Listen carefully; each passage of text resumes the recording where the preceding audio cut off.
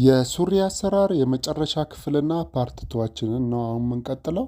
ፓርት ዋንን ያላያችሁ ልጆች ፍሮንትን ከስር ካፕሽን ላይ ያለላችሁ ማየት ትችላላችሁ። ባክ የሚለየው 16 ሴንቲሜትር ከለቀቅን በኋላ ሲ ፖይንት ጋር ወደ ውስጥ 2 ሴንቲሜትር እንገባለን። ከዛ ከኤ እስከ ኤፍ ያለውን አንድ ሁለተኛውን ፈልገን ወደ ላይ 3 ሴንቲሜትር እንወጣለን። ከዛ ማገኛት ፊደል ኤክስ ብትሆን ከኤክስ እስከ ኤክስ ዋን ማገኘው ዌስት ኦቨር 4 ፕላስ ዳርት ይሆናል። እሱን ካገኘን በኋላ ኤም ፖይንት እናገኛለን በኢስትሬት። ከዛ ከኤም እስከ ኤም ዋን ያለውን ደግሞ የሂፕ መስመር ነው። ሂፕ ለአራት እናካፍላለን። ከወገባችን ጋር በከርቭ እናገናኝና ኤችንና ኤች ዋን እናገኛለሁ። ከኤች እስከ ኤች ዋን ያለው የምናገኘው ደግሞ ሂፕ ኦቨር ኤት ነው። እሱ ክሮች ዴብዛችን ይሆናል ማለት ነው።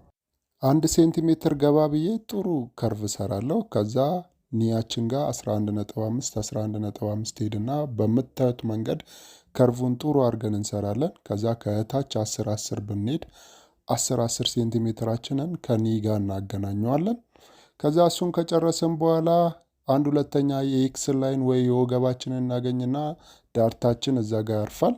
ከዳርታችን ስር ደግሞ ዌልት ፖኬት ወይ ቡጭ ኪስ እናስቀምጣለን። እሱን ለመስራት ደግሞ ከዳርታችን ፖይንት ወደ ግራና ወደ ቀኝ 6 ሴንቲሜትር እንሄዳለን።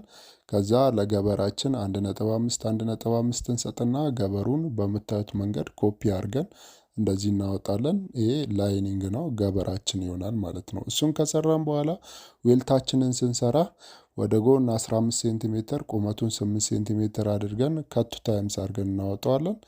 ቡጭ ኪሱ በዚህ መሰረት ያልቃል። ቀጣይ የምንሰራው ዌስት ባንዳችንን ነው። ዌስት ባንድ ሲሰራ ከኤ እስከ ቢ እና ከሲ እስከ ዲ የምናገኘው ዌስት ኦቨር 2 ፕላስ 2 ሴንቲሜትር ነው። ከዛ ከኤ እስከ ሲ እና ከቢ እስከ ዲ የምናገኘው ደግሞ 8 ሴንቲሜትር ነው። ሲታጠፍ በ4 እንዲያልቅ ዌስት ባንዳችን ይህን ይመስላል። የሱሪ ፓተርን አጠቃላይ ይህን ይመስላል። ሞክሩት፣ ትጠቀሙበታላችሁ። አመሰግናለሁ።